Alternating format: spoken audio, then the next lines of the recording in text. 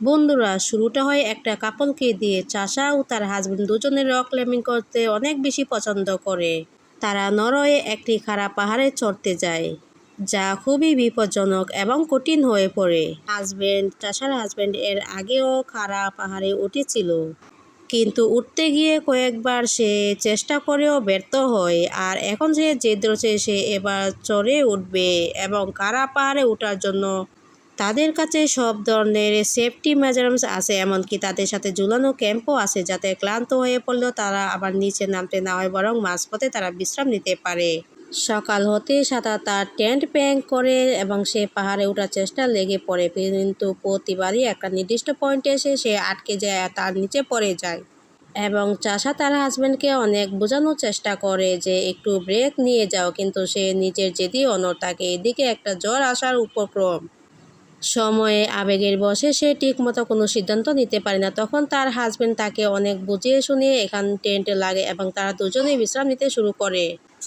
আর এটা ডিসাইড করে যে জ্বর থেমে গেলে তারা আবার পাহাড়ে ওঠার চেষ্টা লেগে যাবে। বাধ্য হয়ে চাষা মেনে নেয়, তা যায়, কিন্তু তার পাগলামি কমায় না।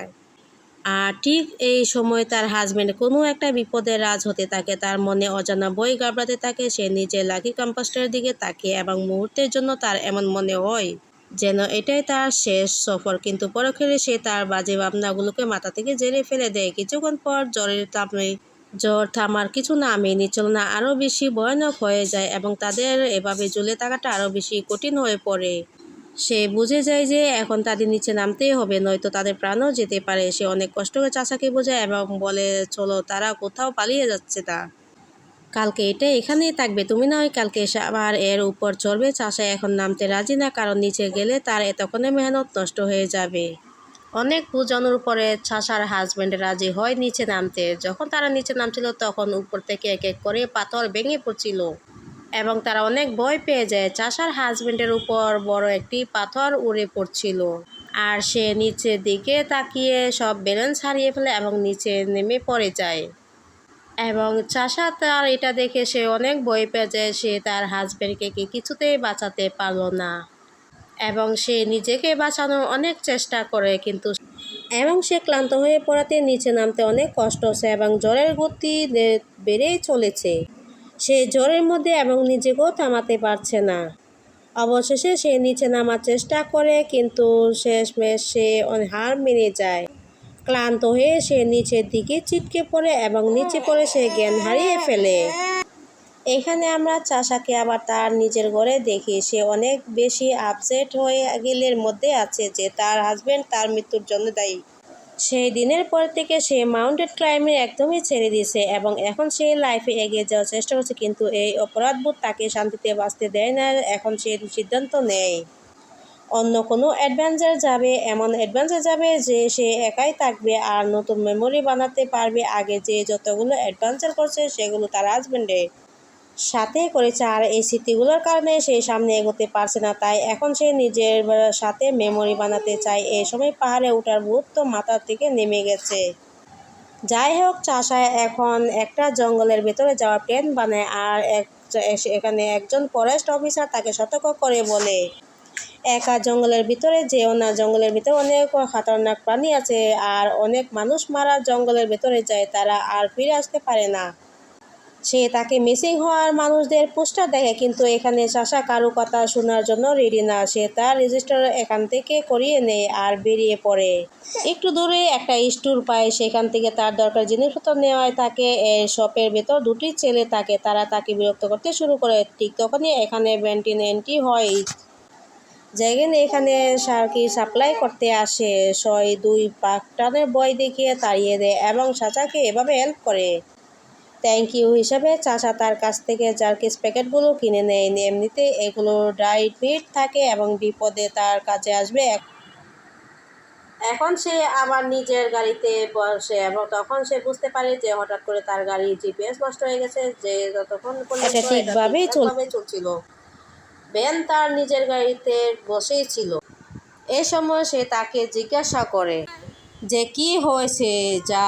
তখন সমস্যার কথা খুলে বলে। তখন সে তাকে একটা রুট ম্যাপ দেয় আর এটা জঙ্গলের ম্যাপ থাকে। এই ম্যাপের ভেতরে সে তাকে দুটো রাস্তা দেখে, একটা রাস্তা এমন থাকে যেখানে দিয়ে সে খুব সহজে তার গন্তব্যে পৌঁছাতে পারবে, আর অন্য রাস্তাটা অনেক সহজ থাকে, অন্যদিকে দ্বিতীয় রাস্তাটা অনেক কঠিন আর লম্বা হয়। কিন্তু এর ভালো দিকটা হলো এই পথে গেলে অনেক অ্যাডভেঞ্চার আর সুন্দর দৃশ্য দেখার সুযোগ মিলবে। বেন বলে, এখন চয়েস তোমার, তুমি কোন রাস্তাটা বেছে নেবে। সাকে থ্যাংক ইউ বলে সামনে এগিয়ে যা সে সিদ্ধান্ত নেই যে সে লম্বা রাস্তাটা হাঁটে নেবে, কারণ অ্যাডভেঞ্চার তো তার অনেক পছন্দ। ছোট একটা ব্রেক রাত হলে সে রাস্তা সাইড করে তার ক্যাম্প লাগিয়ে নেয়, কিন্তু এখানে ওই ছেলেগুলা পেয়ে যায় যারা তাকে সবে বিরক্ত করেছিল।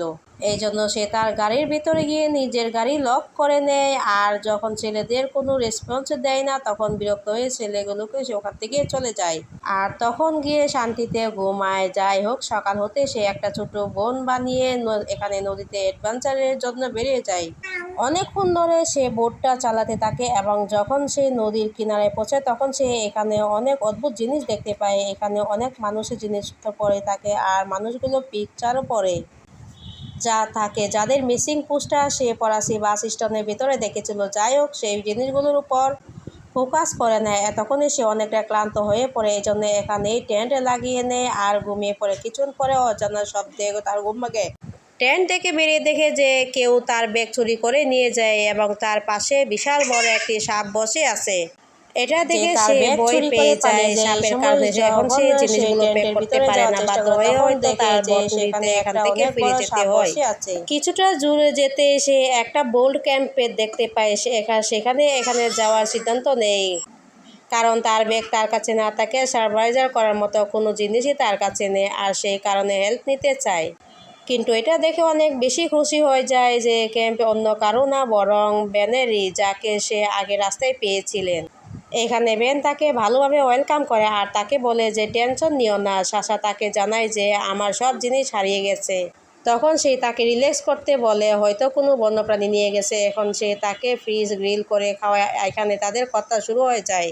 এখানে বেন তাকে জিজ্ঞাসা করে, তুমি জঙ্গলে হ্যাকিং কবে থেকে করছো? স্যার বলে, বেশি দিন হয়নি। সে তার কাছ থেকে নিজের আসলে আইডেন্টিটি লুকাতে চায়, যে সে আগে মাউন্টেন ক্লাইম্বিং করতো। কিন্তু এখানে বেনের মুখ থেকে এটা শুনে সে অবাক হয়ে যায় যে বেন তো আগে থেকে জানতেও সে মাউন্টেন ক্লাইম্বিং করে। এখানে পয়েন্টে তার ভয় লাগতে শুরু করে, কারণ বেন তার ব্যাপারে শুধু একটা না, বরং আরও অনেক কিছু জানতেও। এখন শাও তার গেমটা বুঝতে শুরু করে এবং আসল বেন তার বন্ধু নয়, বরং তার শত্রু। সেটাকে নিজের শিকার বানাতে চায় এবং এই বিষয়টা সে তখন বুঝতে পারেনি। গাড়িতে হঠাৎ বেনের রাস্তায় জিপিএস খারাপ হয়ে যাওয়ার তার বেনের পিছনে বড় হাত ছিল, এবং সাশা আর রাস্তার মানুষ মিসিং পোস্টার দেখানো গেমটা বুঝতে পারে যে অবশ্যই বেনই তার সাথে কিছু করেছে। তবে এখানে তার কোনো কিছুই কনফার্ম নাই, এমনও হতে পারে যে ভুল ভাবছে। কিন্তু ঠিক তখনই বেন তারই ব্যাগে এনে দেয়, তারই সামনে ছুঁড়ে ফেলে দেয়, আর সা বুঝতে পারে যে সে ভাবছিল যা একদম সত্যি। বেনই তাকে প্ল্যান করে ফাঁদে ফেলেছে। চাষা আরও কিছু বাবার আগে সেখানে একটা ক্রস করে নিয়ে আসে এবং একটা স্পিকার অন করে দেয়। সে সাশাকে বলে, এই গল্প শেষ হওয়ার জন্য তুমি যতক্ষণ পালাতে পারো পালিয়ে যাও, আমি তোমাকে স্বীকার করব, আর এটাই তো আমার সবচেয়ে পছন্দের খেলা। আর চাষা যখন পালাচ্ছিল তখন সবচেয়ে বড় একটি ঝর্ণার ফাঁদে পড়ে যায় এবং নদীতে পড়ে তার বোটটি হারিয়ে যায়। নদী থেকে সাঁতরে সে অনেকটাই দূরে চলে এসেছে এবং নদীর পাড়ে উঠে সে অনেকটাই ক্লান্ত বোধ করছিল এবং নিজের কাপড়গুলো শুকিয়ে নিচ্ছিল। পুনরায় শুরু করে দৌড়াতে, তখন সে একটি ফ্যামিলির আওয়াজ শুনতে পায় যারা কারো কাছে সাহায্য চাইছিল, এবং সে আওয়াজের দিকে গেলে দেখতে পায় একটি ফোন রাখা ছিল, আর ফোনের ভিতরে একটা ফ্যামিলির ভিডিও চলছিল যারা এই নদীর কিনারায় এসেছে একেবারে শাসার মতো এনজয় করতে, এবং বেনের তারা শিকার হয়। বেন এই সময় ফোনটা একটা ফাঁদে হিসেবে লাগিয়ে রাখে আর নিজে সে এখান থেকে পেছনে দাঁড়িয়ে থাকে। এই ফ্যামিলিকে দেখে শাসার এটাও মনে পড়ে যে এটা সেই ফ্যামিলি যাদের মিসিং পোস্টার সে দেখেছিল। বেনই এদের শিকার করছে। এদের দেখে সে বুঝে যায় যে বেন অনেক বেশি নিষ্ঠুর মানুষ। দূর আর এদিকে বেন নিজের পাতা জালের কাছে নিশানা ত্যাগ করে বসে আছে, আর সে যেমন নিজের ক্রসবো চালায়, আর তখনই চাষার নিচে বসে যায় এবং এই তীর তার গায়ে লাগে না। এখানে আরও বিপজ্জনক হতে পারে। বেন একদম কাছে এসেও করে দিতে পারে না চাষাকে। নিজের বাঁচানোর জন্য এখান থেকে পালায়, আর বেন এক নাগারে পাহাড়ের উপর দিক থেকেও তার উপর তীর চালাতে কোনো মতে সে সেগুলোকে বাঁচতে থাকে। সে এখানে কোথায় আশ্রয় নিতে চাচ্ছিল, কিন্তু তার থেকে বেনের শেষ শিকারটা তার পায়ে লেগে যায়। সে আহত হয়ে পড়ে এবং টলমল করতে করতে ওখান থেকে নিচে পড়ে যায়। তারপর সে নিজেকে সামলাতে পারে না, আর অবশেষে এমন হয় যে সে সোজা নদীতে গিয়ে পড়ে এবং সাঁতরে সে অবশেষে নদী পার হয়ে এক কিনারে গিয়ে বসে পড়ে। চাষার কাছে বেনের যে ফোনটা ছিল, সে ফোনটা বেগে থেকে বের করে হাতে নিয়ে দেখে ফোনটা একেবারে নষ্ট হয়ে গেছে। তারপরে ফোনটা ফেলে দিতে বাধ্য হয় এবং সে নিজে এখান থেকে রওনা হওয়ার জন্য রেডি হয়ে যায়। সে একটি পাহাড়ে চিপা দিয়ে দৌড়াতে থাকে আর দূরে দূরে বেন থেকে অনেক দূরে চলে যায় এবং অনেক কষ্ট করে সে পাহাড়ে চিপা থেকে পাহাড়ের উপর উঠে শেষে অবশেষে যখন সে পাহাড়ের উপর উঠে উপরে তাকিয়ে দেখে বেন তার দিকে ক্রস ফায়ার ধরে রেখেছে। সে এখন নিজের বাইনাকুলার ব্যবহার করে দেখে তার বোটটা এখানেই পড়ে আছে, আর সেটা দিয়ে বেনকেও দেখতে শুরু করে এবং সে বুঝতে পারে বেন এ সময় তার থেকে বেশ বেশি দূরে নেই। সে জঙ্গলটাকে ভালোভাবে চেনে। সে সবসময় শর্টকাট রাস্তা দিয়ে আগে ওখানে পৌঁছে যায়, যেখানে চাষা অনেক স্ট্রাগল করার পর পৌঁছায়। চাষা আরও বেশি কিছুক্ষণ বুঝতে পারার জঙ্গলের কোনো রাস্তা বেছে নেওয়ার আগে বেন তাকে দেখে ফেলে আর ঘাবড়ে গিয়ে তার বাইনাকুলার তার হাত থেকে পড়ে যায়, বেশি দূরে যেতে না পারে। এই সময় সে চালাকি করে দেখায় যে সে পাথরের খুঁজে চলে যায় আর একটা বড় পাথরের নিচে লুকিয়ে পড়ে। বেন তাকে খুঁজে পায় না এবং এই যাত্রা তার প্রাণ বেঁচে যায়। বেনের চলে যাওয়া সে আস্তে আস্তে করে বাইরে বেরিয়ে আসে এবং লুকাতে লুকাতে বেনের ক্যাম্প পর্যন্ত পৌঁছে যায়। তার বেন মনে হয় বেন নিজের ক্যাম্পের দিকে তো নজর থাকবে না, তাই ওখানে সে তাকে ধরতে পারবে না, কিন্তু ওখানে তো পরিস্থিতি দেখে সে অনেক বেশি অবাক হয়ে যায়। বেন এখানে খুব শান্তিতে গোসল করতে থাকে, যেন তার কোনো কিছুই তারা নেই। সে শত তার হাত থেকে ফসকে যাওয়ার কোনো ভয়ও নেই। চাষা এখন খুব সাবধানে পানিতে নেমে যায় এবং আস্তে আস্তে তার বোটের কাছে পৌঁছে যায়। সে তার বোট নিয়ে এখান থেকে পালাতে থাকে, কিন্তু সে এমনটা করলে সফল হতে পারে না, কারণ এখানে একটা টুইস্ট রিভিল হয়। যেসব ব্যানেরই একটা তৈরি করা প্ল্যান। সে জানে যে মানুষটা এমনটা ভাবে সেসব লুকাতে তাদের প্রাণ বেঁচে যাবে, এই জন্য সে এখানে ফাঁদ লাগিয়ে রাখে। আর একটা ফাঁদের ভিতরে চাষা ফেসে যায়। জালে ফেসে যেতে সে চটপট করতে থাকে। বেন আর ওখানে এখানে আসার কথা জেনে যায়। বেন সাথে সাথে দড়ি টানে তাকে পানি থেকে বের করার চেষ্টা করে এবং তার মধ্যে তাড়াতাড়ি নিজের ব্যাগ থেকে পেপার স্প্রে করে দেয় আর তার চোখে মেরে নিজেকে ছাড়িয়ে পালানোর চেষ্টা করে। মধ্যে বেন নিজের মুখ ধুয়ে নিজেকে নর্মাল করে। সে আবার চাষা দড়ি টানে আর চাষা আবার পেপার স্প্রে তুলে নেয়, কিন্তু দেখে তার আগে বেন তার ক্রসবো তুলে নিয়েছে। বেন যখন তার দিকে তীর নিক্ষেপ করে তখন চাষা সে তার হাত থেকে স্প্রেটা ফেলে দেয় আর বেন ওইদিকে চাষার পা থেকে বারটা খুলে দেয়।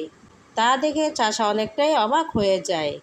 পরে দেখে বেন আবার তার দিকে তীর নিক্ষেপ করার চেষ্টা করে এবং তাকে ভয়ও দেখায় এবং বেন তাকে আটক করে জঙ্গলে বেঁধে রাখে এবং তাকে বলে, এটা তোমার নিজের চয়েস যে তুমি এখানে এসেছো। আমি তোমাকে দুটি রাস্তা কথা বলেছিলাম, একটা সহজ আর একটা কঠিন, আর তুমি নিজে কঠিন রাস্তা বেছে নিয়েছো। এখানে যদি তুমি বুদ্ধিমত্তার মতো হতে তাহলে শর্টকাট রাস্তাটা বেছে নিতে, তবে তুমি তখনই তোমার গন্তব্যে থাকতে, আর আমি তোমাকে কিছুই করতাম না। এসব তোমার কারণেই হচ্ছে। এটা শিকারের রিচুয়াল, তুমি আমার শিকার আর তুমি নিজেই আমার জালে ফেসেছ। সারা রাতের জন্য চাষাকে এখানে বেঁধে রাখে, তার সাথে কথা বলতে থাকে। বৃষ্টিতে ভিজে চাষা অনেক বেশি অসুস্থ হয়ে পড়ে, কিন্তু বেন তার উপর কোনো দয়া দেখায় না। তাকে বললে রিচুয়ালস অনেক বেশি জরুরি হয়। আমি আমার রিচুয়ালসের কাছে বাধ্য হয়ে রিচুয়ালস আমাকে মনে করিয়ে দেয় আমি এমন একটা ট্রাইবের থেকে বিলং করি যারা অনেক বেশি কষ্ট সহ্য করার পরও নিজেকে এই যোগ্য বানায়। তারা স্বীকার করে আমরা অনেক বেশি কষ্ট করতে সহ্য করি, আর কষ্ট সহ্য করার পরে দাঁতগুলোর গসালু দাঁড়াতে বানাতে থাকি। আমরা আমাদের শিকারকে সহজেই খেতে পারি। এই সময় তার কথায় সাহসা বুঝতে পারে সে একটা নর খাদক উপজাতি বিলিং করে, মানে সে মানুষদের মেরে খাওয়ার লোক। যাই হোক, পরের দিন সকালে সে চাষাকে নিজের বোটে বসে কোনো একটা সফর নিয়ে যায়। সে চাষাকে জানায় যে চাষা এখানে আসা কোনো কাকতালীয় ব্যাপার না। চাষার এখানে আসার ব্যাপারে সে আগে থেকে পুরো প্ল্যান রাখে। সে জানে তুমি যখন ফরেস্ট স্টেশনে নিজের নাম লিখিয়েছিলে এখানে হ্যাকিং করার জন্য, তখন থেকে আমি তোমার ব্যাপারটা চার্জ করতে শুরু করি। যে আমি জানতে পারি যে তুমি একজন মাউন্ট ক্লাইম্বার ছিলে, তার তোমার হাজব্যান্ড মৃত্যুর পর তুমি সেটা ছেড়ে দাও। আর ওই সময় এমন কি হয়েছিল? চাষা বলে ওটা একটা দুর্ঘটনা ছিল, কিন্তু বেন তার কথা মানতে রাজি হয় না। সে তাকে টিজ করতে থাকে এবং খুঁচা মারতে বলে, তুমি মেরেছো তোমার হাজব্যান্ডকে। চাষা বলে না। বেন তখন বলে, আমি জানি তোমার হাজব্যান্ড অনেক এক্সপার্ট একজন মাউন্টেন ক্লাইম্বার এখানে কোনো দুর্ঘটনা তার মারা যাওয়ার মেনে নেওয়ার মতো না। এবং কথা বলতে বলতে দুজনে এখান থেকে রওনা হওয়ার রিপোর্ট নিয়ে অবশেষে তাদের কাহিনীটা এখানেই শেষ হলো।